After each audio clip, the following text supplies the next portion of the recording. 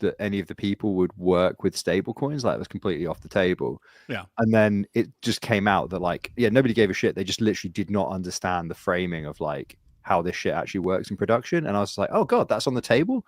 Fuck, we can just YOLO a blockchain. That's piss easy. Like, let's get this guy going, and then we can build all the other shit that's actually the point of the whole party. Yeah, fine, fuck it. And then I raised this with somebody who actually knew how the regulation worked, and they were like, whoa, no, that goes directly to jail, my man. And I was like, bollocks. I thought that was the playbook, Bill. You figure out Yeah, the I was like- tokenomics first, and then you figure out the use case. I was like, I thought I had just found the cheat code. Totally wrong. Yeah, it turns out it's directly to jail.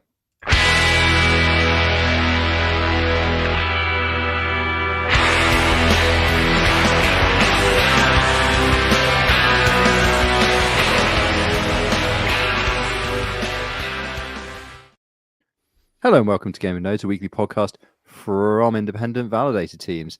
This week, we're graced with a guest. We're so new and improved, like Rice Krispies, like cornflakes being turned into Frosties, right? Do you have the tiger in America? Is that a thing? We do. Yeah. You have the tiger? Yeah. Okay. This is great. Wait, what do you have there? Great. Oh, yeah. Okay. We're coming together around Tony the Tiger. Is that what you mean?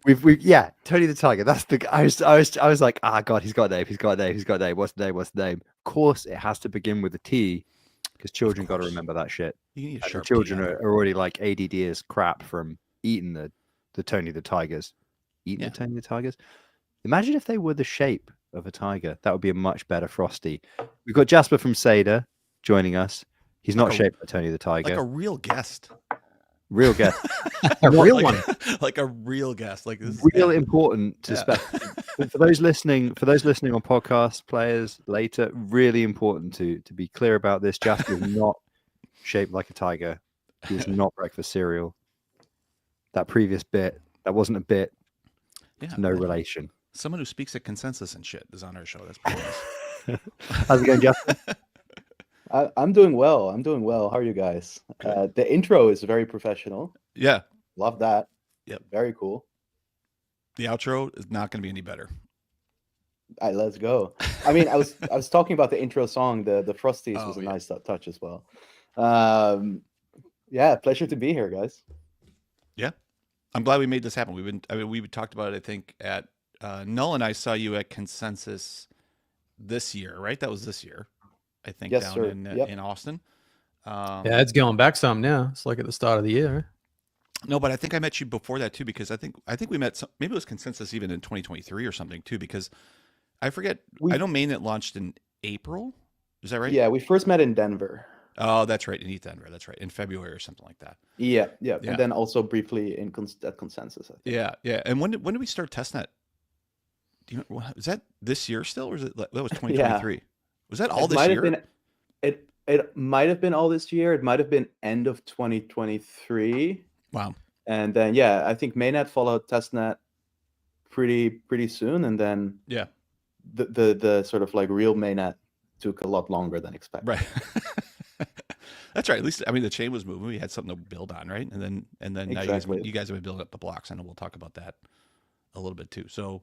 Yeah, that's cool. Well, I'm glad that we made this happen, because I know we were talking about it for a bit, and that's cool. Yeah. So, Null, what are you doing, dude? Well, Null's working. Are you working on something? Are you fixing like your SATA notes? Are you missing? You're like missing blocks in SATA right now. I just want to also observe again. This won't make much sense if you're not watching the stream, but Null's really washed out. Like, the general vibe for the cameras on the show, like, is kind of like mid-tier webcam, a kind of like warm orange kind of tone to the webcam, slightly fuzzy, occasionally, like, especially in my case, occasionally misfocusing. Usurper looks like he has a more expensive webcam. Null is like, okay, this is a really specific reference, but Null is like the Final Cut Pro X filter combat. Right, it's washed out. I know. It's grainy. It's all grays. He's got a buzz cut, basically. I mean, we're talking like, it's a very specific fucking the vibe you're painting. the vibe of the way Null is framed, plus the kind of color and lighting of the room that he's in is, and we go now to a pre-recorded video from the shooter. There you go. Did you add a little red there? Couldn't handle the shade. Get out of the shade. So now we've got pink. Where's your like? I think you look beautiful. The reason I have this foo-foo iPhone thing is because I got that from you. You don't do that anymore. You don't have the nice bokeh going on and like some highlights and shit. You know, I need to like work out a better mounting mechanism because I got sick of fucking duct tape in my phone to my monitor. So Yeah. Okay. All right. yeah. It does have a very beautiful picture, but it also holds up my phone so I can't use it. And then Right. I know. like I can't fucking like Multitask. it's like I'm scared that I'm gonna break my my monitor at some point because the whole screen goes very fucked when you're like peeling that duct tape off. So were you really actually duct taping it? yeah, like straight to the fucking screen. It's like the most Australian I thing I've ever don't- seen. I don't know another way to do it. They have so- like arms and shit. You with, just little like clamps give a on bit them. of stickeroo to the croc, and then you put the croc on the monitor, and then Robert's your father's brother. I Yeah, love like the only so- option in your head is like duct tape. There's duct tape, and I don't know what other the fuck I could do with this. Well, There's, there like, was no other duct way I can tape hold and a this big phone up. knife on the desk, and I was There's like, "That's the There's solution." no other right shit there. I can do. Yeah, Because you know we all have duct tapes and big knives on the desk. we do. Well, how else you can play knifey spoony? Yeah, look at I have this is my son's. This is a Halloween thing though, because I could actually bend it. So That's but- not a knife. That's not a knife. It's been floating around here for like a week. See, I was Yeah, like, I've been Jesus Christ, why is there a knuckle duster? No, it's just a fidget toy now. It's a plastic fidget toy. Yeah, I was gonna say, Yeah. if you had like a Leatherman or something, like, you know, that's Nope. quite a normal, just corner of the desk type thing. But, geez, Nothing that goes stabby around here. as soon as you get to knuckle duster, that's like Mm-hmm. I know, or even plastic ones. There you go, right there. a kind of different level. That one. Yeah. Uh, Well, if kids under 15, man, you gotta keep that shit out of there. They'll just try it out. Like, how sharp is this? Smack knife? each other around. Yeah, exactly. Like, so those are brass knuckles, huh? How does that work? how's that? That's what when you punch each other. What's the Simpsons one where it's it's they go to Boy Scouts and Bart's just doing it to get a knife, but he's fucking around so he doesn't get the knife. And they say, "Oh, you gotta read this knife safety book." Oh, yeah. And the time it takes him to read the knife safety book, goes around, he sees all the stuff happening. He's like, everywhere I go, it seems like people are having fun with knives.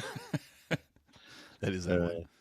And that's the one where it's not Dr. Nick, is it? It's Hibbert, like does like a tracheotomy or something, doesn't he, with a penknife? And everyone's like, "Yay!" They're cheering. He's like, "Don't cheer me, cheer the knife." Oh man, that I So- reckon is going to be the best bit of fatherhood, is rewatching all of the good we started. Simpsons. Although I can't convince any of my kids that seasons 3 to 6 are the best.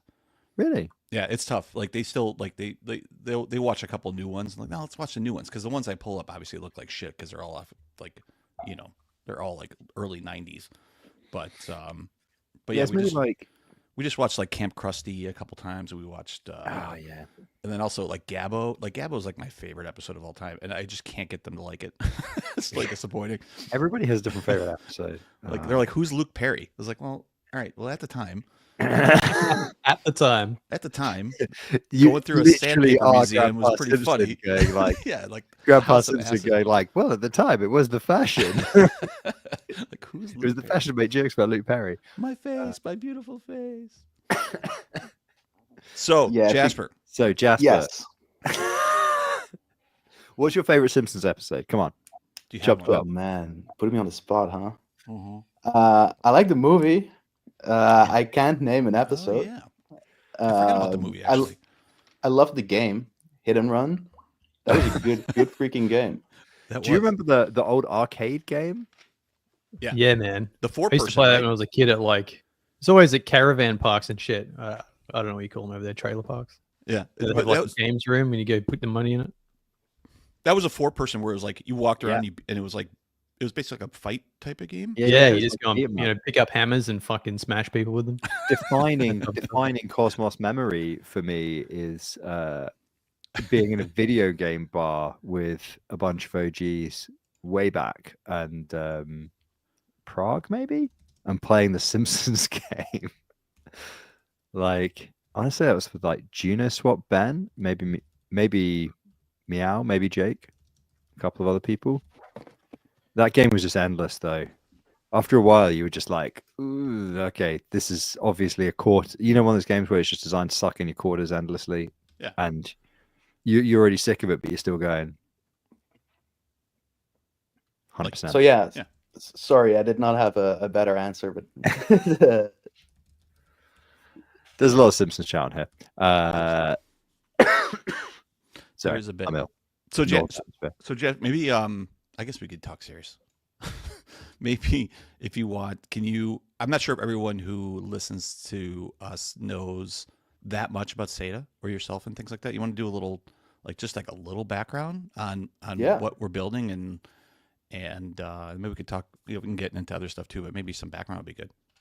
yeah, very gladly.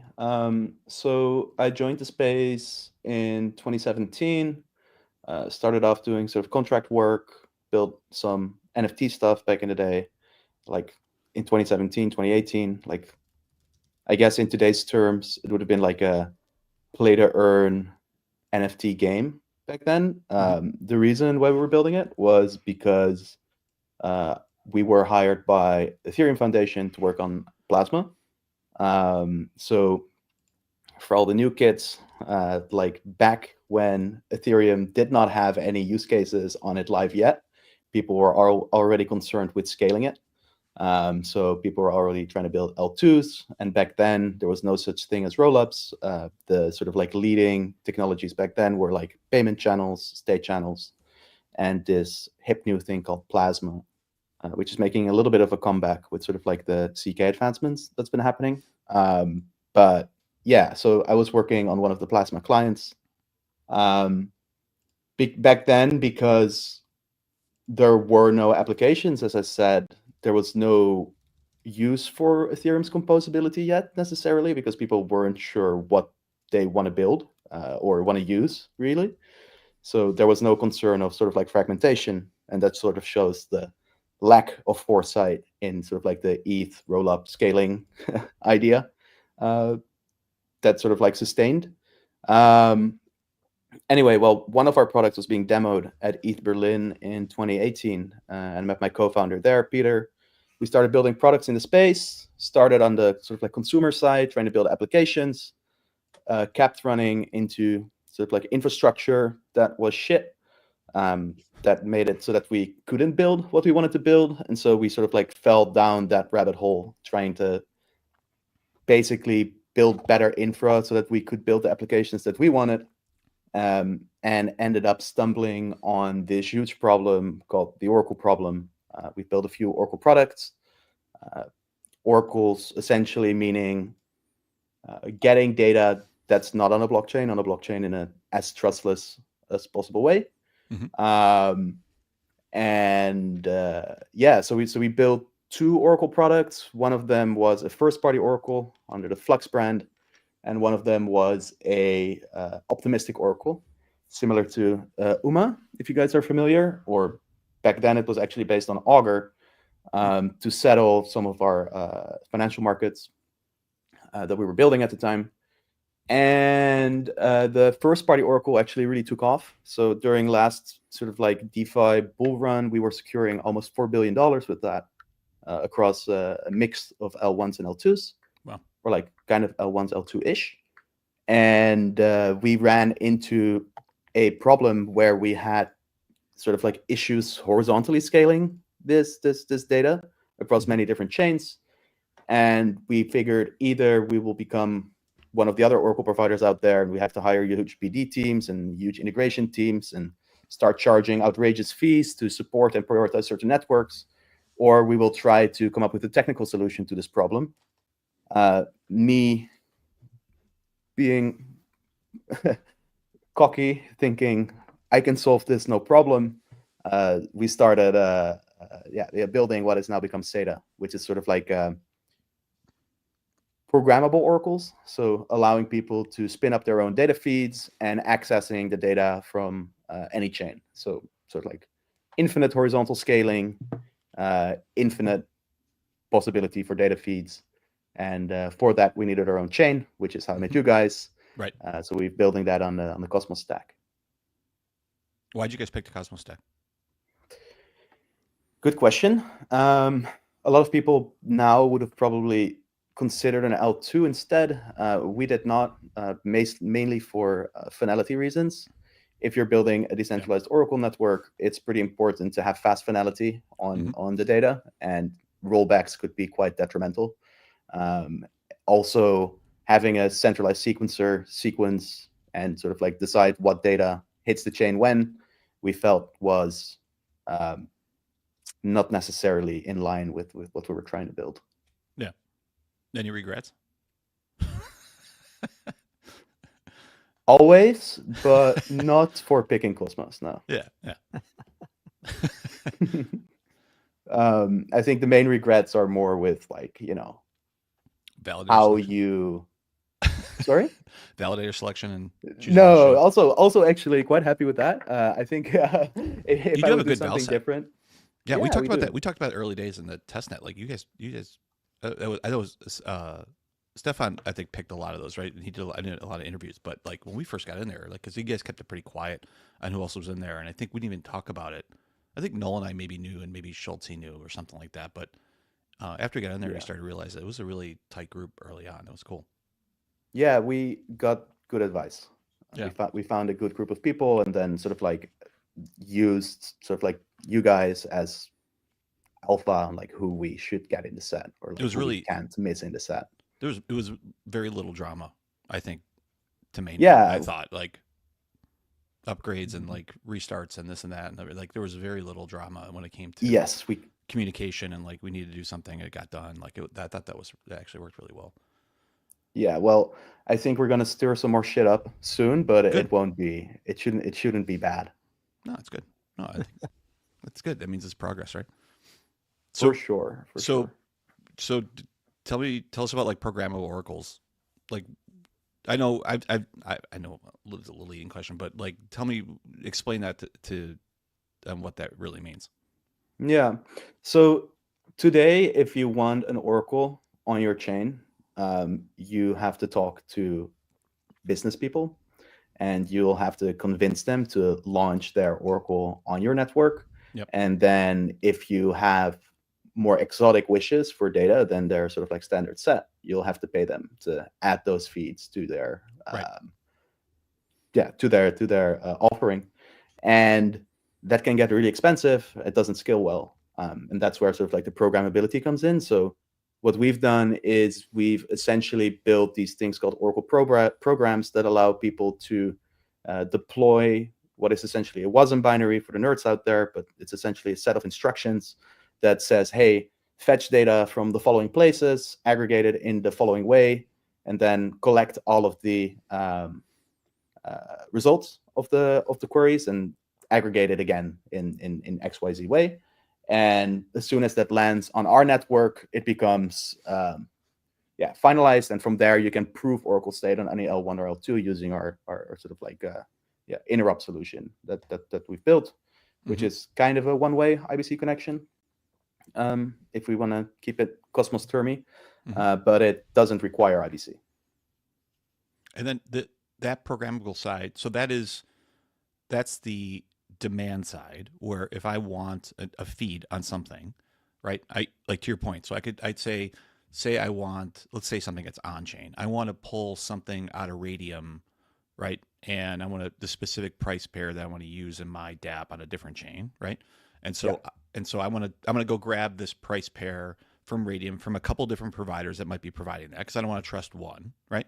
So I'm going to pull those three. I'm going to take them all. I'm going to divide by I'm going to add them and divide by 3 and get an average. I want to do this at block speed, right? Once every X seconds or whatever the hell it is, right? And be able to do that. So that's a contract that I can write to do that, right?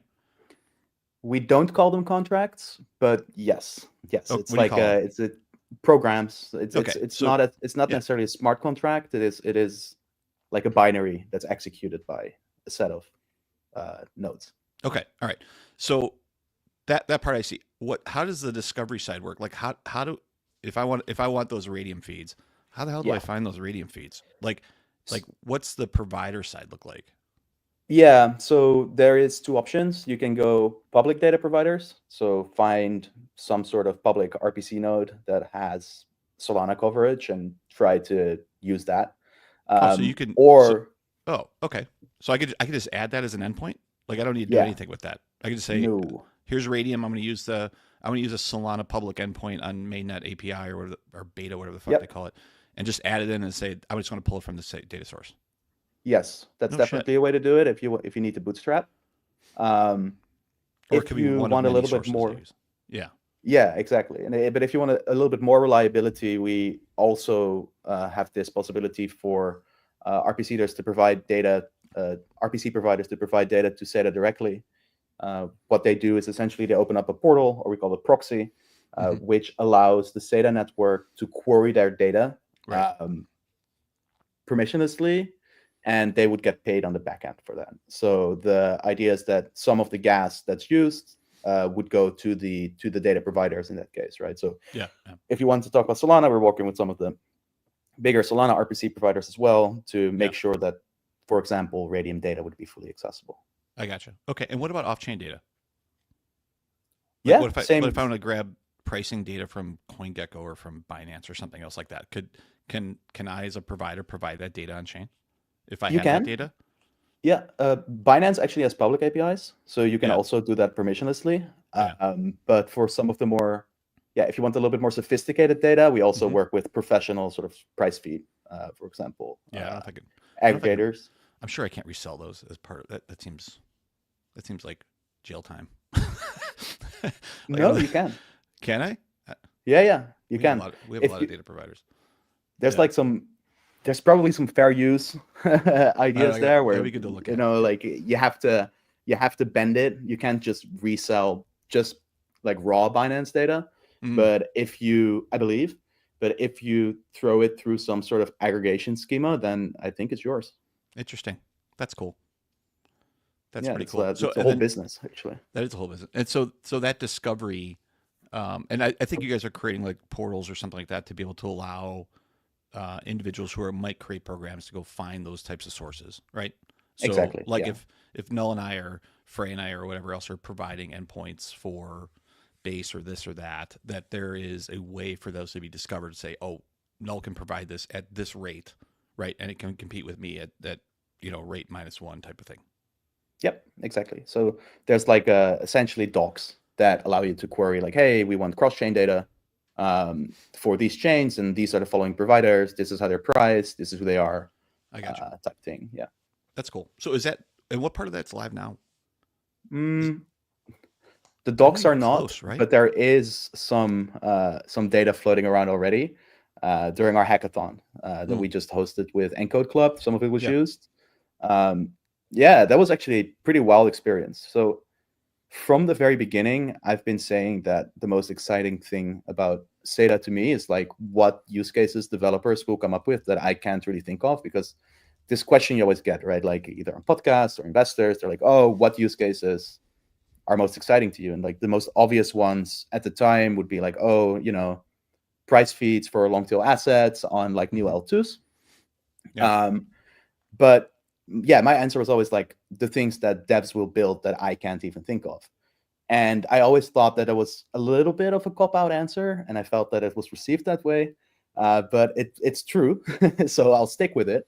And during the hackathon, we really saw this. We saw people build use cases that I could have never thought of. Like, I think 50% of the use cases were actually AI use cases where people used, for example, ChatGPT to they use SATA as a connection for smart contracts to fully autonomously connect with LLMs. So right now you have all of these like agentic Twitter bots, etc., Sure. which are usually just a private key on a server that somebody can turn off, and nobody really knows if it's really the LLM like creating these tweets or like doing these things on chain.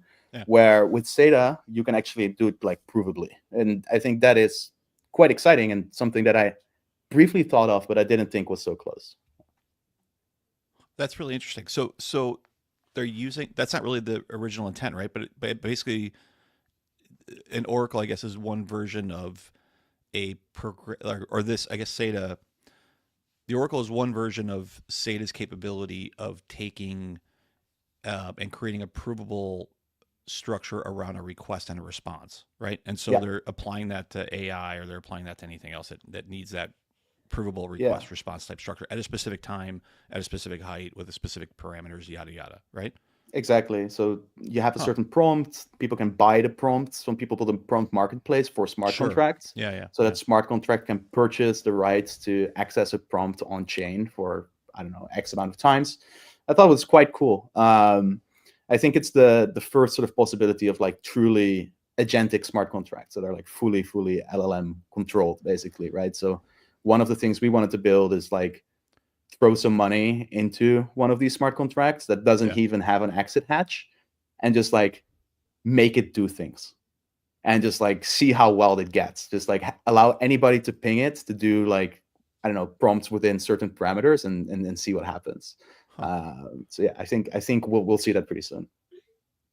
That's, I guess, randomness would be another one of those, right? Like anything else that you're I guess any of those types of things that would be the idea of being able to do RIP it. noise. Yeah, RIP noise. Yeah, exactly. But Gone but not forgotten. any one of those.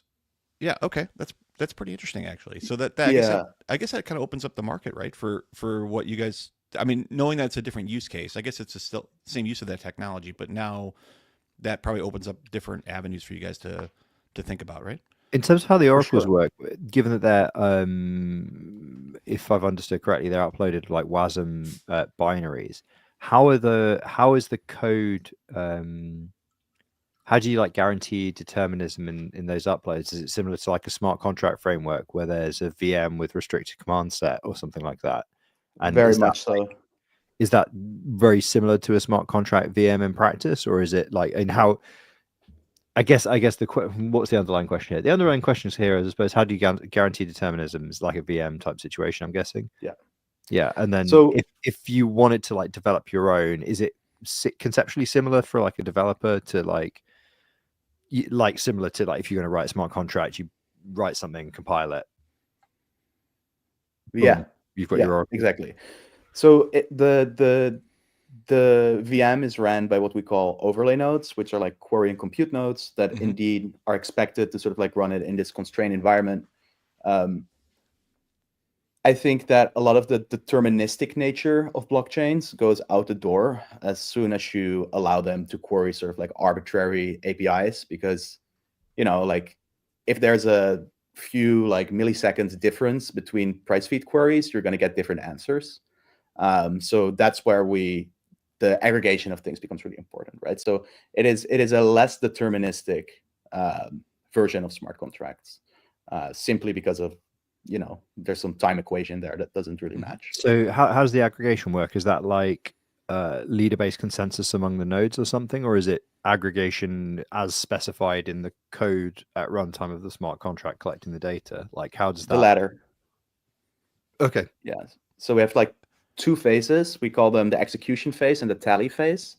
And in the execution phase, like all the nodes that you elect, like depending on the replication factor for the data, so you can elect how many nodes you want to have run the program, and they will run it in parallel. And then in the tally, you sort of like filter out outliers, or however you really want to deal with the data, depending on the use case, basically, right? So yeah, it is sort of like a two-step process. So you have like the replication factor, query and execute the data, it lands on chain, and then the tally is executed by the SATA validator set. So there's determinism, right? Because as soon as the outcomes of the execution phase land on chain, after that, you get deterministic outcomes. So and that executor side, you said I can pick multiple different executing nodes to be able to run that. They all run the same job though, right? So like if I have, so that I might have 5 different data sources. I pick 3 nodes to run those data sources. I get 15 results back, and then my tally, I go do that work.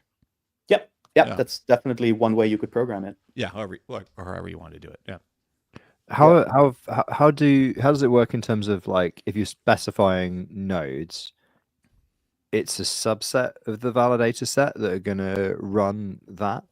code? So the end goal is that it will be a completely different set. The idea is that the validator set does the tally and sort of like does the settlement of a lot of these things, and staking, slashing, etc. is done sort of like on the Cosmos chain.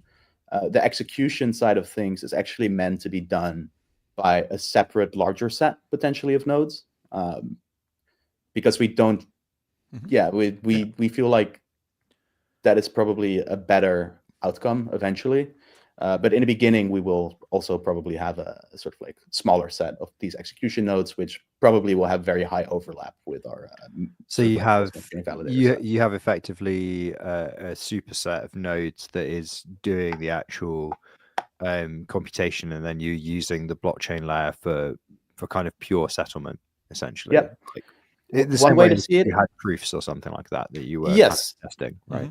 Exactly. So one way to put it is like we have a secondary layer, the overlay network, that deals with sort of like non-deterministic nature, right? They query like a bunch of different data, but as soon as it lands on chain, it's quite important to have determinism enter back into the mix, because otherwise you get like really strange slashing conditions on the main So is network, and that's what we don't want.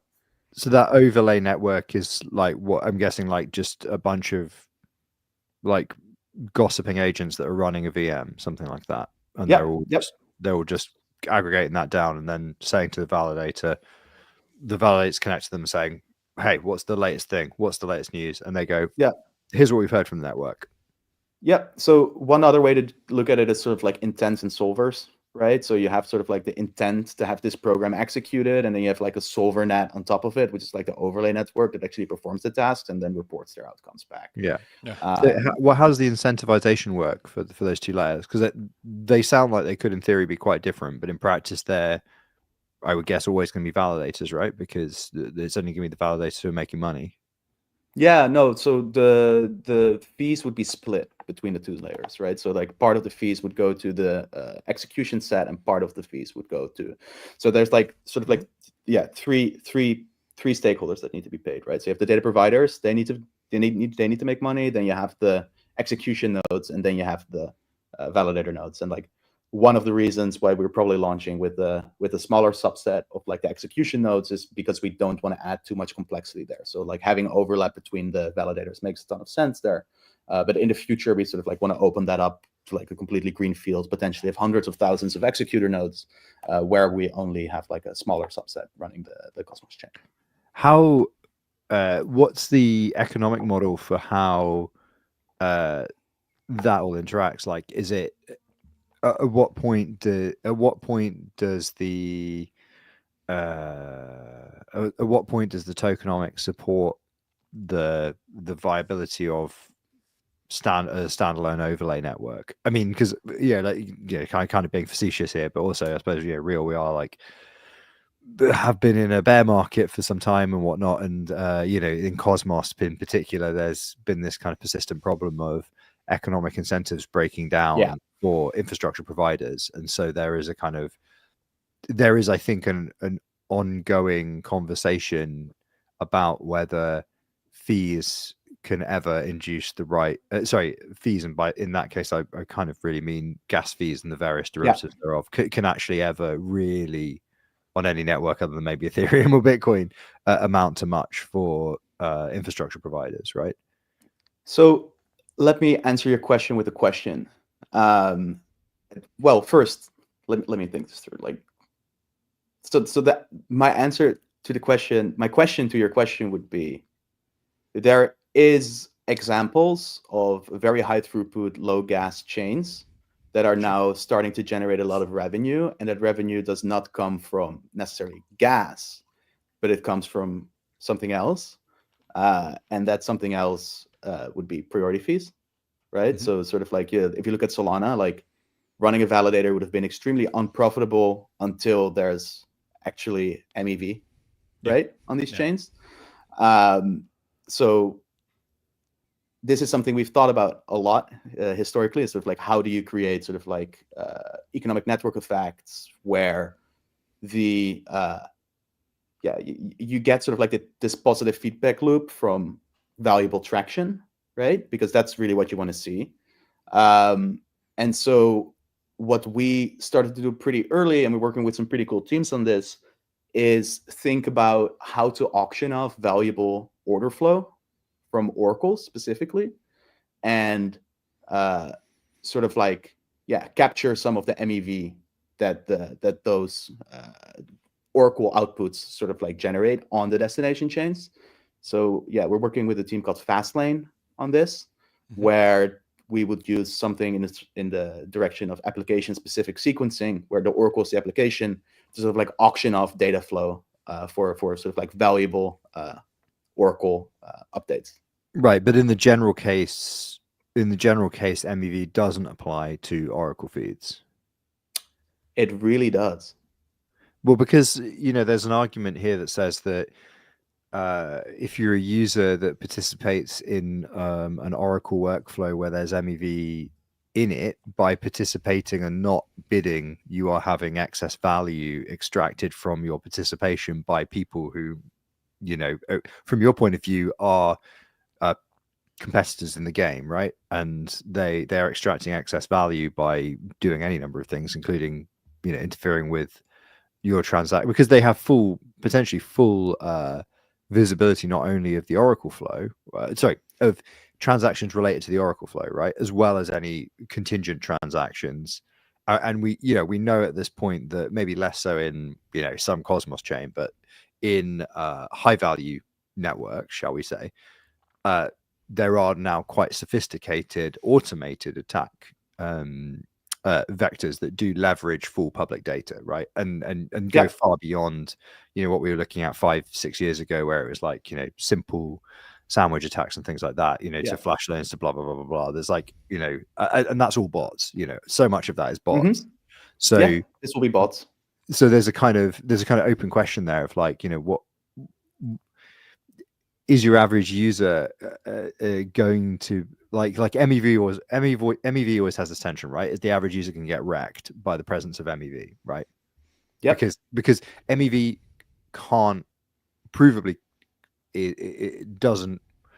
Well, fuck. MEV is a complicated subject actually, but it's like definitely its analogs in traditional order book flow are obviously there for a reason, but they also, the equivalent of order book flow does not really exist in systems that are expected to handle payments.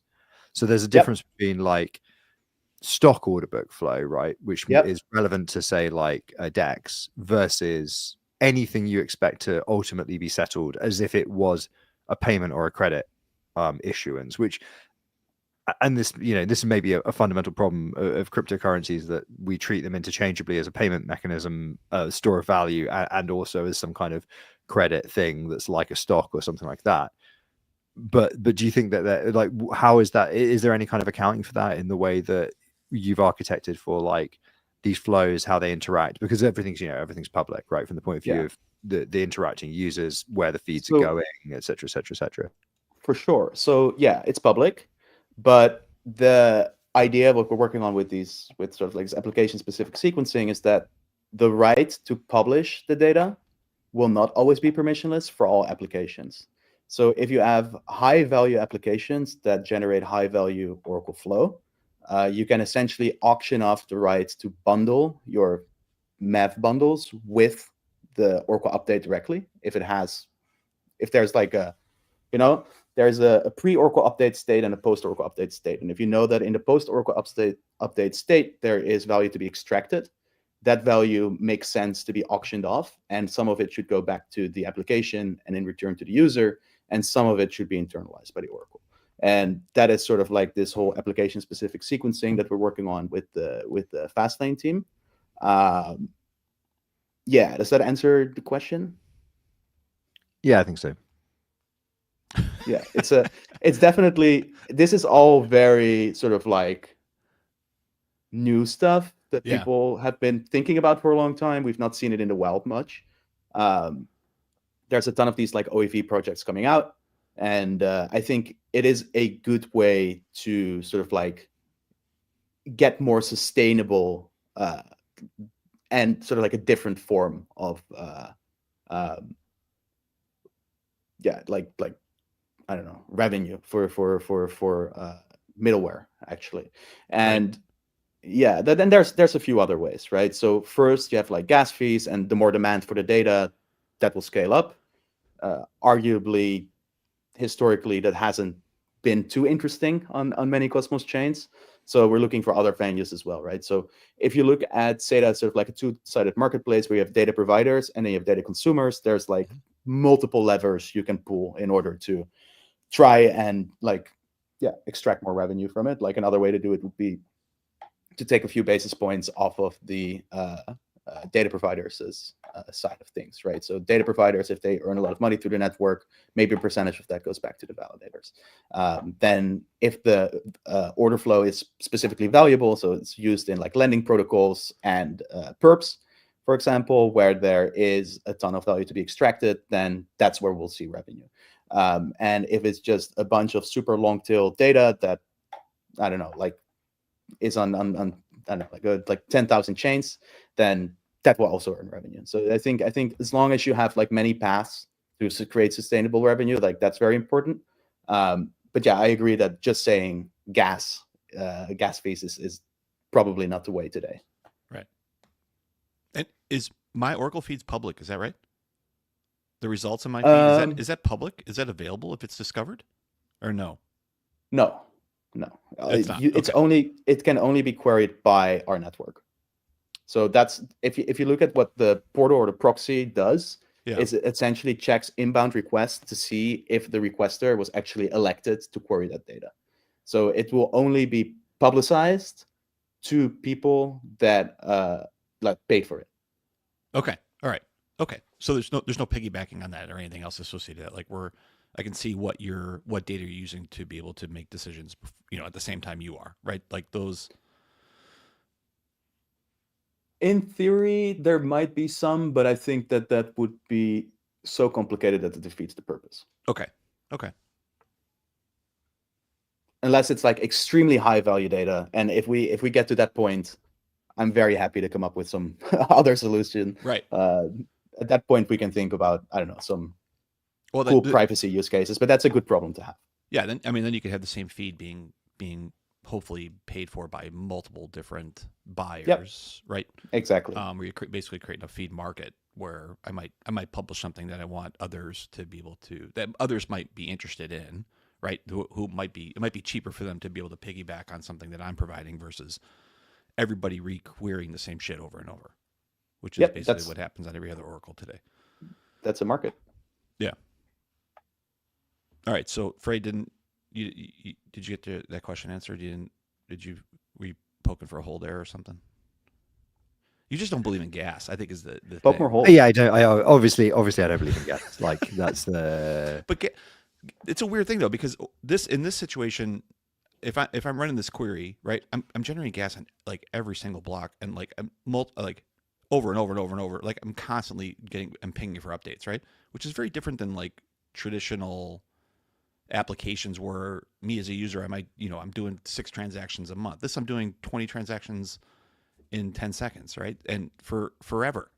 So from that perspective, for something that I'm consuming as like a subscription like this, where that's not the right word, but you know what I mean, right? Where it's something that I'm constantly querying, that argument has a little bit more value, right? Because that is something that I'm I guess using, not just like one time, hey, I'm paying 4 cents to Osmosis for a trade. Sure, it's a little bit closer to like, I don't know, an on-demand compute kind of model. Correct. I think the economic criticism for gas is like pretty straightforward. It's that generally speaking, it doesn't make a lick of sense until it gets out of hand, at which point it doesn't make a lick of sense. Like the bit in the middle where gas is sustainable as an incentive mechanism is like such a knife edge that it defeats the purpose. And the example that I'm always given, right, whenever I talk about gas in any kind of meaningful way, I'm always given the example of IP packet routing, right? Which is like, there was a time when people, really, and we're talking like, I was about to say before I was born, but it would have been about when I was born. There were discussions of like, with more mass adoption of the internet, how are we going to know about getting a packet routed like from here to Japan or whatever. Yeah. And the answer was everybody just carries everybody else's packets, right? Marginal cost is zero. Treat it as zero. Carry each other's packets. Move on. Find out a way of making money from something else, Right. which turns out quite easy. Quite Get a- easy to Get just a certain grade. Yeah, exactly. quite There's easy a to just there's get a paid lovely structure. You know, there's a lovely parallel here between the sort of like almost like commoditization of packet rounding and the commoditization of block space in Yeah, at least the absolutely. ETH ecosystem. Like, I mean, and there's and we also just have a, L2s. when there's also a whole conversation about like gas is kind of based on this idea that we're in a low trust environment, or potentially like some people even go as far as to say like a zero trust environment, and that's just not how blockchains work. They proof of stake blockchains in particular. So actually, I should roll that back and I say proof of work is maybe a slightly different dog. It's possible to run that in a provably lower trust environment, I think, than most proof of stake. But proof of stake blockchains are consortium blockchains. They're the only one of the only arguments that a consortium blockchain and a proof of stake blockchain are different is that a validator has to be permissioned to do a proof of authority blockchain or a consortium blockchain, if you like. The language is different, but they're conceptually the same thing. But the reality is most validator operators can only enter a proof of stake, your typical kind of proof of stake chain, no matter which ecosystem, if there's enough space in the set, right? And what determines space in the set? Typically a foundation delegation, at which point we are really talking about a consortium blockchain with other steps, right? The other prime definition, where there is one, of consortium blockchains is that the validators are chosen at Genesis, right? Which again, every blockchain validates its validator set at Genesis. I just knocked my phone straight on the floor. All those fucking months of Null taping his phone to the monitor doesn't knock it on the floor. I just had mine literally on the desk by me. I just somehow managed to knock it fully off. Anyway, but like obviously all projects kind of validate the validators. Weird sentence. Do some due diligence on the validators that are going to be included in the Genesis file, right? So there's this kind of interesting tension where we sort of all pretend that it's super low trust, and yet it's sort of not, right? So then again, it's like, well, why are we optimizing for these incentive systems that assume an environment we're not in? And the answer is because we don't 100%. We haven't really worked out how to make a business model on some level that doesn't rely on that, or inflation, right? Which is the other dirty secret, is that's kind of how everybody makes their money, right? Although it's not really that much. So far, in Cosmos, yes. Yes, that's I think that is the important caveat there. I think slowly, and many other proof of stake networks. I think the common denominator is profitability via emissions. But I think is there a chain where there's not, besides like proof of work chains? Is there any proof of stake chains where it's actually supported fully by not inflation? No, I don't think not inflation, but I think that if you look at sort of like ETH has been a good example at points, I think, where there was a substantial amount, up to 60% of validated revenue not coming from inflation. Yeah. I think Solana has been as well during some of the more sort of like hypey cycles. I think the thing is, I mean, if we boil it down, this seems like it's been a problem in Cosmos more than anything. Like it's just it's a user problem, hang on, right? Like people just haven't been able to use it, right? I did just think of one. DYDX doesn't rely on inflation. It's 100% user fees. Good point. Do you make any money at DYDX? Yeah. Don't come around here with those fucking questions. Not yet, guys. Come on. I lose money in a different way entirely. But I guess the interesting question, right, will be when there are, you look at like a network like Near or something, and again, it has a lot of the same teething problems.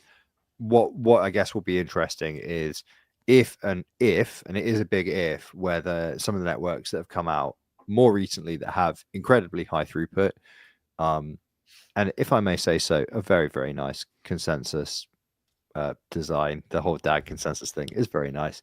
Like Sui and Aptos, like if they actually get a Solana-like adoption for any of the projects on them, and you see like, you know, a period of huge throughput, what will happen to fees if they're still dog shit? Then I mean, that's almost like that'll be the nail in the coffin. Like, what we did. I think a great example of this is Hyperliquid, actually. Like, if you look at sort of like, I mean, let's not talk about the validator set in this case, but the idea of like having all the fees generated just from activities on a network, right? It's all trading fees that go to the validator set, if you will. Sort of like, there is a definite path there where without inflation, it becomes like super, super profitable if you build like a decentralized Binance, right? Like having like a decentralized Binance that generates a ton of fees and has like a validator set. Like, I think people would pay a significant sum to be one of the Hyperliquid validators today, right? And like earn those fees on those chains. And it would probably be a good business. Yeah. So, I mean, at the moment, like basically the entire power of that chain is with the foundation, right? Yeah. I mean, I don't know, but Well, that's what the someone image with is. unnamed validators anyway. Yeah. There's like a couple of others in there with some very insignificant voting powers, but yeah. Yeah. So, I mean, that could be a good model. That could be a good business model anyway, if they do create a good product. Are people looking for decentralization, or are they looking for a blockchain that does what they want it to do? So, well, if you look at sort of like the Define application, decentralization, no. yeah, No, don't that's a define whole other, but that's a decentralized. spectrum. Don't. To get back to that question. well, I mean, Don't define in decentralization, do they want fault tolerance, or do they want like, you know, a nonce everywhere to operate? You know, there's so many different levels of it, and I don't think that necessarily that, you know, all of them have to be the decentralization goddess that we all look up to in Bitcoin or whatever. It's like, I think, you know, there's products that do a job, and if they do the job with a certain amount of, you know, fault tolerance and decentralization, then that's all they need to do. And then people make the choice. They say, is this where I want to put this whole thing's controlled by a group of people, but, you know, a little bit different in that it's, in some cases, a group of people that's not a business that I know who they are, but in some cases it is. So how is that different to putting your money into Chase Bank? I mean, and are you looking for the answer? Because I can tell you mathematically, endogenously, the answer to your question is, as a rhetorical question. It's so close So I'm to gonna get an answer zero anyway. that it is zero. It is functionally zero, but it can't be zero because the probability must be slightly above zero. The probability that you won't be owned is the answer to your question. Owned? Well, so you asked the question of like, you know, whether it's better to have the decentralization goddess or a single organization owning your data. And I'm telling you, once you take time out of the equation, and you put it on an axis where zero is won't ever be owned in the history of the universe, and one is will be owned. The likelihood of ledger immutability is either 1 or 0, right? It can't be 0 because it can't be 0. But it can be fractionally above 0. And no matter how decentralized you are in terms of like controlling entities, it will always be ever so slightly above 0 if you take time out of the equation. Because that's not the factor that secures finality. What secures finality is social consensus over ledger state ultimately, and trust, which is the same as any other credit system, right?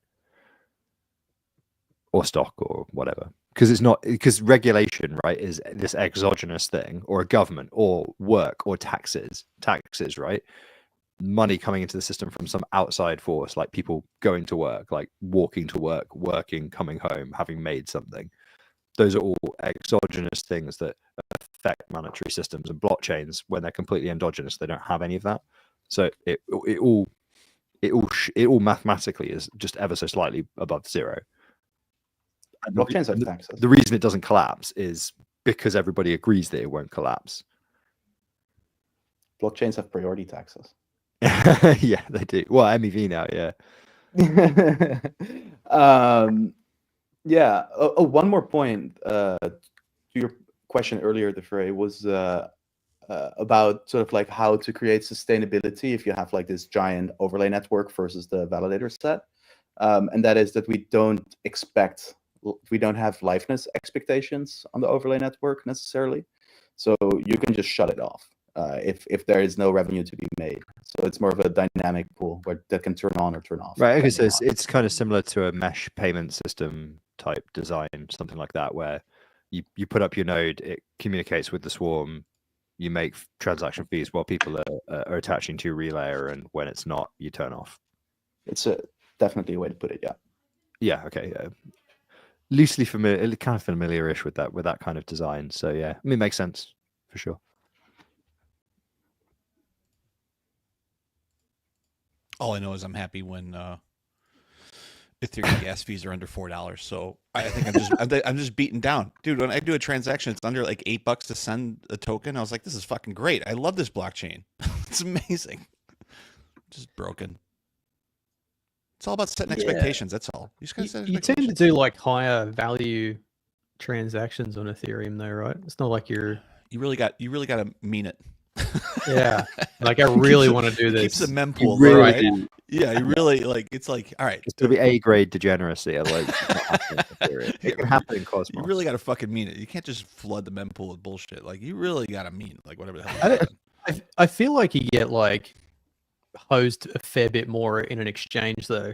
Maybe you don't notice it as much because it's not as transparent without going and looking how much it cost you. But like, if you're just jumping in there to do some transactions that are high value and then jump back out of them, you've lost a fucking fair bit of your money by the time you get back out. Have you ever noticed that, like in most of the major, what's it called, cryptocurrency exchanges, that if you're in dumbass mode, where you just You get rinsed. you get fucking rinsed. Whereas if you just like Kraken's a prime example. Oh yeah. If you just go, Yeah. am I thinking of Kraken? I'm pretty sure I'm thinking of Kraken. Coinbase. I know this is true of Binance. Coinbase too, yeah. Yeah, if you just go, if it's just like you have like some validator rewards or something, and you're like, fuck, just switch that to that, you will get absolutely, you'll be like, what the fuck am I getting charged a transaction fee? You jump over to the pro, Pro, yeah. pro, Yeah. and it'll be like, like $3, and you're like, wait, what? This one was like $70. This was like $3. Yeah. Literally, what is? There is no difference in the two services being provided, other than I Another found out tax. one. That's It's a the dummy tax. No, That's I the think U- I that's think the the way UI. they do the swap is different. Like I think I think in the pleb mode, I think Does the it say that in the banner at the top? It just says pleb mode on. well, I think they're like swapping out their custody tokens and then replenishing them on the market. If that makes sense. that's probably what they're yeah. Yeah, right, so I right, think right, they right. build in a margin so they don't get rinsed. Yeah. Only you get rinsed. That's a Yeah. good point, right? They- They're not they there's no definitely- there's no transaction behind that thing. They're There's like no- taking that fucking 20 seconds of risk. So right. Yeah, they definitely like give you a shit spread and then charge a 1% fee. At least Coinbase fees like 5x, I believe, if you use dummy mode versus pro mode. But and if you're then like that's outside of the spread. if you're doing a swap right for $100,000 on fucking dummy mode, and their little application algorithm goes and looks at the market depth, and it's like, all right, so for $100,000 depth at an instant, like just hitting the market with it, I'm going to get rinsed by fucking 20%. Well, they're going to charge you that 20% plus a margin. Plus another So, one. but if you go and set like a limit order in pro, then you're going to do a lot better as people eat it away over time. But it's either an instant swap, you go fuck yeah, or you take the time risk yourself and go over there and do the work and keep your Yeah. $3. You put Do the work. you Do put the work. you put a limit order in, and then it sits there for 6 months, like I do. Yeah, I was gonna say, putting in limit orders is like that's bull market behavior Dude. for people that never learn. My ability to pick Ma- 99% of the top is like unfucking believable, dude. I I pick Or It's I should say because you 101% tell of the me top. what your limit is, and then I go and set my limit half a cent under that. That's exactly what happens. You know when Juno like inexplicably went up the other week, and I found that I had access Yeah. to some, like literally just before it collapsed. Like so, like kind of just maybe like a cent or two below the top. Market, not limit. Market. So you Market crashed the down. market. You crushed it. I did. Coincidence? I think not. Yeah, it's not exactly. like Maybe you're whatever it drained was, it. 10,000 Juno or something. It's like just you Get 'em drained out. it. I actually hit the top, and it couldn't handle my fucking $1,000 of cell volume. So just fully I exploded. tanked it. You tanked it. It was going. No, to be fair, I think I actually traded on Osmo into Atom, ate a bit of slippage, There's and gotta- then There's gotta be traded for nothing in the Atom. tanks there, right? Juno to Atom, there's gotta be nothing left. I'm a responsible Juno- shitcoin Juno to trader. Juno to Osmo to Atom, maybe. Yeah, I can't There believe w- anything in those. There was those enough. areas There was enough liquidity for your $90. when the degeneracy was happening. Yeah. Yeah, there wouldn't be today. Not to move $3,000 of Juno I or don't whatever think that so. is. No Have way. you heard of Calc Finance? I think you told me about that. Yeah, it's like, the responsible way to move your shitcoins. Is that the? Never heard of it. That's the. Is that the one that does? It just like trickles it out. It's like Yeah, it'll yeah. sell like 100 every hour or something. Either hour or daily kind of averages, right? It just Yeah, you can trickles pick a it out. time frame. And you and could put a spread if it drops below 10%, then hold on to it or some shit, something like that. yeah, but the basic one is just dollar cost averaging in or out. Yeah, swapping in and out. time. Yeah, it's- but it's just- like it's far more responsible than just smacking the fucking the pool with your like bag of shit going. You're like, oh, oops, tanked at Whoops. 20%. Oops, I sold. This is just like Noel with his 18 billion Huawei. Oops. Oops, there it goes. Yeah, I don't have any Huawei anymore. I got rinsed on that fucking chain. All my shit coins are gone. It was good for the first weekend, though, wasn't it? Hey, You did all right that first weekend, didn't you? oh, I'm peak degen mode. Yeah, Oh, early it was Chihuahua alright. days were good times. happy days back in the big trades on Yeah, Huawei. good days of shit coins. Hey man, but Huawei swap is just around the corner. So Oh, wow, what? Huawei swap. What's that? It's a meme at this point. Oh, okay. It's been coming for like fucking 2 years. Like, Are there any devs yeah, left on great Huawei? news. Huawei swap's almost ready. 6 months later, just putting the finishing touches. I mean, 12 months later, getting ready for launch. I know this 6 is months ridiculous later. because there are a lot of chains in Cosmos that don't have any devs left anymore. But are there any devs left on Huawei? I do not know. I have no idea. I would be guessing at best. I know there's like some words get said in the Discord occasionally, but I don't know if that equals devs or not. No clue. Probably know them. Probably not. Presumably Jasper's got some devs over there at Cedar. Sounds They're under like his it. chair. Yeah, They're holding him for up. sure. Huawei. No, I missed that one. I remember seeing it. Completely missed it. Before your time. What year did you No. start looking into development in the Cosmos ecosystem? Like when did you rear your head? I started to very seriously consider building SATA on Cosmos when the Cosmos 2.0 paper released. Oh, okay. All right. That was controversial. Yeah. Tell me this. Hot take. Like how long ago did you start doing crypto full time? What's your like transition story to crypto from your daily? That's a good story. So I was building another company in Web2 that was doing data analytics. And we were building sort of like bespoke dashboards on Facebook data. And after a year or so, we got acqui-hired by another team. And so the experience of building on a Facebook or like is quite terrible because they change their API access every 2 weeks. So instead of being able to, innovate, you're constantly running around with tape trying to fix the things that worked 2 weeks before. Mhm. And after in total like 1.5, 2 years of that got frustrating enough for me to be like, hey guys, hands off. And a few months after I left, Cambridge Analytica came out. It's like the news, and people shut everything down. This was around, I don't remember exactly when, but right after that, I started pursuing crypto full time.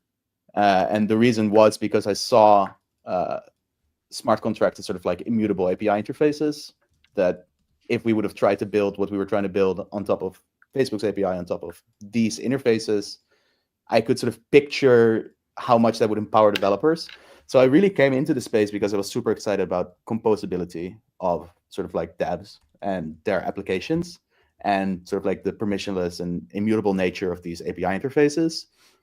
And that is also one of the reasons why I built Seda, is because with Ethereum fragmentation happening, it's also one of the reasons why we haven't really talked about this, but why we're so excited about chain abstraction, like trying to restore some of the composability, or at least the feeling of composability in like this fragmented environment is like quite exciting to me, because that is what got me into the space and what kept me excited about it. And it is very much broken in the fragmented L2 space. And Cosmos has some tape, right? Like with IBC, but I think, yeah, the next frontier of applications will be like intent based, and they will abstract away like all of the cross-chain stuff. There's a lot of people working on chain abstraction at the moment, isn't there? There's like, well, the two that come to mind is like you guys and Zion. Yeah, Zion, like. But there's definitely we more. don't call it that, but it is that. Omni. Omni, yeah. Mm-hmm. Yeah, definitely. Yeah, no, there's a ton of people building in the vertical now. I do like. I see your logo a lot. Like, with when people do like a Medium or a blog or something about another chain, like I see you guys and Zion pop up all the time as like working with those other ecosystems. So, and I guess that particular subject does take like a lot of collaboration across different ecos, different ideas to be able to make it work in the end. And having a single standard to access data that's all comes from the same sort of source, so you get like data entropy across all different chains, is like extremely powerful within sort of like this chain abstracted fragmented ecosystem. So that is why we fit in pretty well.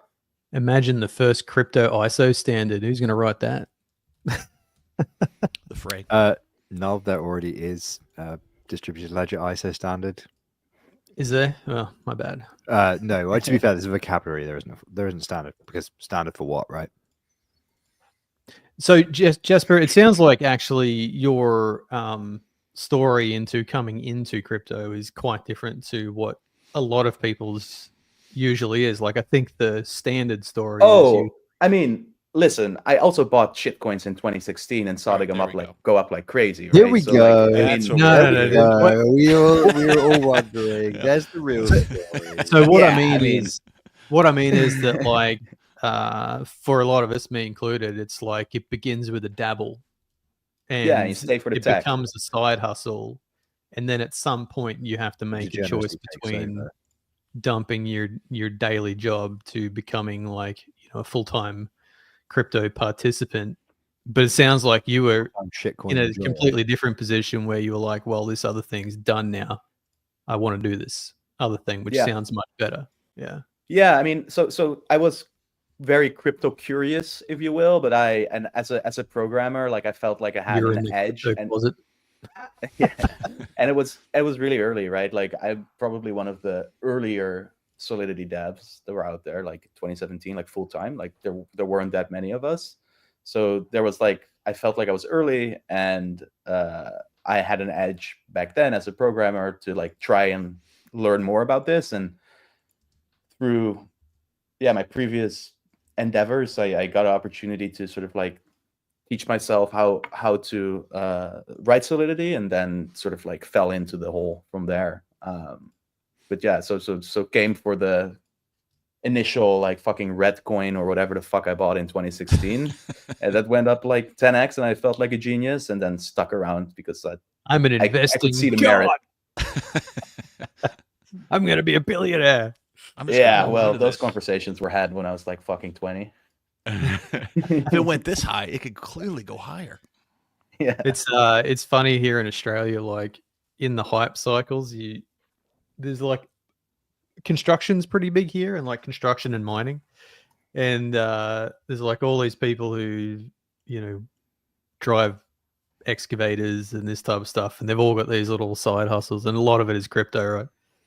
Like these kinds of operators and stuff. A lot of times, like you sit in a cabin doing nothing for a fair while. Like during the day, you might be just, especially if you're a crane driver, you might just be sitting there fucking waiting for like 5 hours for someone to rig something up, but you have to sit in the machine. So they're in there like on Binance or whatever. And then every now and then you'll get like one of these dudes, and they're like, "Fuck this! I'm leaving construction. I've made 20 grand in a week in crypto," and then yeah, those those never end well. then like fucking 2 months later they're like back looking for their job.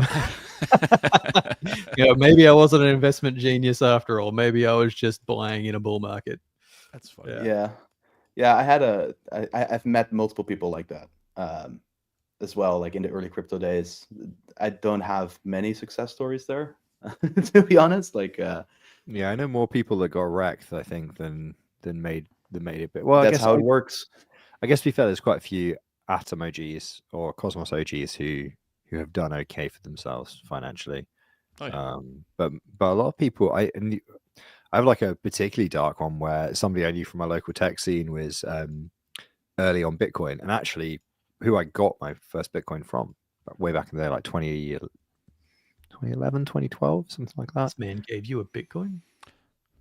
No, I did some. Yeah, I did man, some work. have a Bitcoin. I've told this fucking story before. You You fucking. get some Bitcoin. You get some Bitcoin. I know. Sorry. I did some work for them, and they said you can be paid like whatever $150 in pounds, or you can be paid $200 in Bitcoin. And I was like, what can I do with Bitcoin? And they're like, you can buy pizza, and I was like, fucking sold. Let's go. So I took the Bitcoin, spent it all on pizza, which we now know the price of a Bitcoin. So there you go. That's smart investment. Expensive pizza in the long run, but that was like 13 years ago. So Well, Wait, it was you're the the pizza price. guy? It was a pizza cup price pizza at the time, right? oh, at the time I was fucking broke as well. So it was great. I just got I got pizza. I kept being able to get pizza. I didn't put two and two together and think the price is going up, which is why your ability to buy pizza isn't going down, even though you're spending your Bitcoin. But yeah, whatever, man. But yeah, no, that guy went completely off the rails. Like had quite a lot of Bitcoin. Didn't need to do shit anymore. It all just went a bit wrong. So What? Oh. So I remember when Ethereum launched, and I was reading the white paper, and it was a little bit after. I think it was like it was after Vitalik was giving away fucking the ETH, and his name was like Vitalik not giving away ETH. Oh. and I think it was like $20 my money Australian. So like one freedom dollar or $4. something. Yeah. And I read the white paper. I was like, this fucking never take off. This is too confusing. And because I'm not a programmer. And I'm like, programmer, what the fuck is this guy on about? He's on crack. There's all these gullible people everywhere buying this shit. And anyway, history. Yeah. At the time, I was making, I was Python bastard fucking some Python together to make a ARB bot for, I think, like XRP on my local exchange or some shit. I thought you were talking about breeding pythons, my guy. It's also That's like Bastard fucking some Pythons. that's like classic Australian behavior right there. yeah. That would have been way more Aussie. To be Yeah. to be No, honest, I could was have gone either way there, right? trying my hand at Python, the language, Python 3. Yeah. Anyway, completely lost interest after the ass fell out of everything, and I was not until the 2020s again that I got back into it. So. Is it still running? No, like I've still got the code, and I looked at it the other day when I was like going through some old files. Yeah. And it is not good, but it worked. Yeah, it never I never actually fully implemented. It was just like a logging. Yeah, you would like just seek the opportunity and then log it out, because there was no real, and this is probably why it wasn't prolific. It was XRP at the time was like selling for a really big margin. Like there was a big arb opportunity from the Australian exchanges because there was no real good way to transfer fiat value from Australia to like other exchanges at the time. Now you just have, USDC and USDT. You can just flick that shit back and forth. Yeah. But at the time, like there was only the Australian exchanges like BTC Markets and I don't know, whatever. There's this other one, coin something, which absolutely rapes you. It's one of those dumb ones where you just press the button. Yeah. And they didn't have the Binance or the Kraken or anything like that at the time. But yeah, I was like, I was kind of trying to work out a deal with some like FTX. No, what is it? I can't remember, the guys that trade in currency to like try and quickly move. Forex. Yeah, Forex. That's it. To try and like quickly move over to American bank accounts, and then getting American bank accounts was a fucking huge pain in the ass. And then, it was all a huge pain. So it was just in the logging thing at the time, and then the ass fell out of everything. And then I was like, yeah, well, fuck this. Back to something else. I just wasted 400 hours. You decided Japanese. That's how Alameda got started. It's like arbing the Japanese and Korean premiums. Well, I could have been an Alameda, except I was just a little bit too slow and couldn't figure You're going out for like the hardest possible version of making money possible, rather than just doing the dumb thing in front of your face, which was set up a server and just wait for the money to roll in. And look at you now. And look at you Look now. at you now. It was quite interesting. Like I enjoyed it one. anyway because I was learning the language and learning APIs and stuff. I knew nothing of APIs and everything at the time, so it was. And did they make you happy?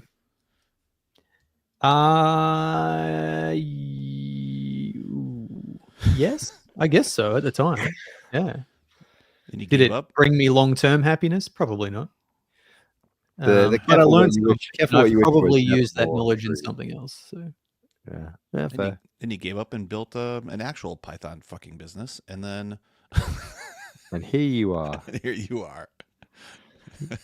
Like a Selling Python snakes for breeder. Bitcoin. We had some Pythons in the backyard somewhere. There you go. Sure, yeah. you did. Yeah, I was out emptying the bin, and I heard this rustling in the hedge, and I like peered into the hedge, and I was like, Get some crazy shit down there, right? "Fuck that!" It was just a big ass python, Swimming in your like pool and diamond shit. python, carpet snake. Yeah. Yeah, it was fucking massive. It was like the length of my room. Swimming in your pool and shit. So I don't know Jasper, if it was what's swimming in the pool. It was swimming in the hedge. swimming in And it was looking at me, and I was like, I know you're not poisonous, but I still don't want to, have a problem. So I'm just going to go this way, back inside, turn the air conditioning on, pretend you don't exist. And I haven't seen him since. It was months ago. There you go. Yeah. So it's probably fine. I'm sure it's fine. I'm sure he's Yeah, not I'm in the sure house it's fine. somewhere. Yeah, You'll be definitely. great. Definitely not like Confirm fine. definitely not like under the kitchen table or anything. We don't have any rats around here, so I'm sure he's still cruising around somewhere, just eating up the rat population. Nice. I wish What you'd if- eat the fucking possums. We got like these chunky possums that just jump on the roof at night. Our house has got like overhanging trees fucking everywhere. And like at 8 or 9 need to o'clock, you brag. hear this. Hey, No need to brag. your gutters filled with shit. And we've got a tin roof, right? And so at some point late in the evening, usually 7 or 8 o'clock, 9 o'clock, something like that, we must have a possum that weighs fucking 20 kilos. You hear this bang, and then just like cruising up and down the roof. Eating all those rats. Yeah, well, Yeah. I don't know. I don't know what the fuck he's doing. But I'm, he's loud. my fucking YouTube algorithm that thing is honed, right? And so every once in a while, this dude comes up, this Australian dude. I'll put a link in the notes when we do it. But there's an The pipe Australian. What's that? The pipe guy. No, not Drain Addict. He's my second favorite. But this guy, he's like a 22 and like a 50 caliber rifle and this massive 22 air rifle with this night scope, and he goes out and he picks off rats. And I didn't realize he has a huge fucking boar issue, like out in the bush or something. There was pigs? like, Yeah. they're fucking mean, and like he's killing like hundreds of these things. Feral hogs. Yeah, like feral You hogs. guys know the feral hogs meme? No, what's feral hogs? Well, that's a throwback. Oh, is it? Shit. I feel old. Oh, They shoot Ray that. knows. Yeah. You guys are all nodding your head. Fuck you. They go on. They go on like boar culls here in helicopters and just hose those things with automatic weapons. Dude, out in the... it's exactly what it was. Like, he's just picking these things up. And he must have shot 100 of those things. You've literally seen Wake in Fright, you know. That's You know true. that- That's true. You know that this shit happens. Yeah. I forgot about Weekend Friday. 15-minute long kangaroo hunt, just like. Well, the throwing kangaroo people piece. at I that mean, film. yeah, that was like. There you go, sport. Jasper. Chuck that on your film list. Wake Yeah. and Fright. Don't It's, watch that. And it's you you know if that- you've that- been on this show, you have to go and watch that after. Go watch that movie. we talked about it as well. That kangaroo hunt was like real. That wasn't. Yeah. staged. They That went was- out and shot it and like. They got Oh, really the one where drunk. they're cruising around in the car. Yeah. Yeah, it's, They got really drunk and then it all got out of hand. And like the people making the film were like, dude, Fuck it. these guys are just like drunk with rifles going nuts. Like, what should we do? And they're like, I guess we keep filming, right? You fucking let it roll is what you do. Just let it roll. Like, this is all out of hand. So I mean, that is pretty standard over here, though. You Which know, one? Gun Drinking and safety. driving? Gun safety only exists within so many kilometers of the sea. Once you get to like that 300 kilometers away from the sea action, You you just- know, you gun just draw- safety becomes a little bit. You can just draw a border, like a 300-kilometer border around the whole country. Yeah, you're like inland, and you're like, inside alright. this border, like, you know, don't walk around the bush at night because there's probably a drunk person with a fucking high caliber rifle. It's funny. Yeah, because like, you know, it's just them out there, right? They're like, I'm gonna go drink some whiskey and shoot some kangaroos. Shoot some shit. Yeah. Yeah, these boars, man. And the guy was shooting feral cats too. What the hell? What kind of cat problem is there? We have I don't know if you've got anything like this in the States, but we have a dog fence that goes down the border between Queensland and actually I don't think it is on. No, it might be on the border. It's either on the border or near the border between Queensland and New South Wales, Yeah. and it's to keep feral dogs out of one of those states. I think it's out of Queensland. How big is it? It's fucking like the whole border. No, like, how tall's the fence? Oh, it's like, you know, 5 feet tall or something. Oh, 4 really? feet tall. Like, Yeah. so like metal, like a chain link type of thing, like that? Yeah, it's just like a No shit. semi-vermin-proof fence. No shit. Yeah, and but there's gates, right, that go through it, and you can so you get scalps. So you go into the bush and you shoot dogs, and then you scalp them and you sell the scalps to the authority that pays you to shoot the dogs, Yeah, right? yeah, like a bounty on him or something. Yeah, but on the fence is like all of these dog carcasses, just like scalped dog carcasses hung on the Jesus. fence. For what? This conversation has been everywhere. For what? What are they doing? It's dogs. The out- dogs, they just eat shit. Oh, They like eat all the native animals and stuff. They're just like feral, crazy ass dogs. Jesus. Yeah. Hogs and Um, dogs. Hogs and dogs. Yeah, like you don't want them out there, but I mean it's a bit wild what they do, like collecting scalps and stuff. But Yeah, it gets that's a little bushy. yeah, but that's the type of shit you come across, you know, outside of that 300-kilometer fucking boundary. Oh Um, man. Are you like are you in the city, Jasper, or are you like in one of the other country towns, or? I'm currently in Amsterdam, but I live in Lisbon. So yeah, in the Ah, city.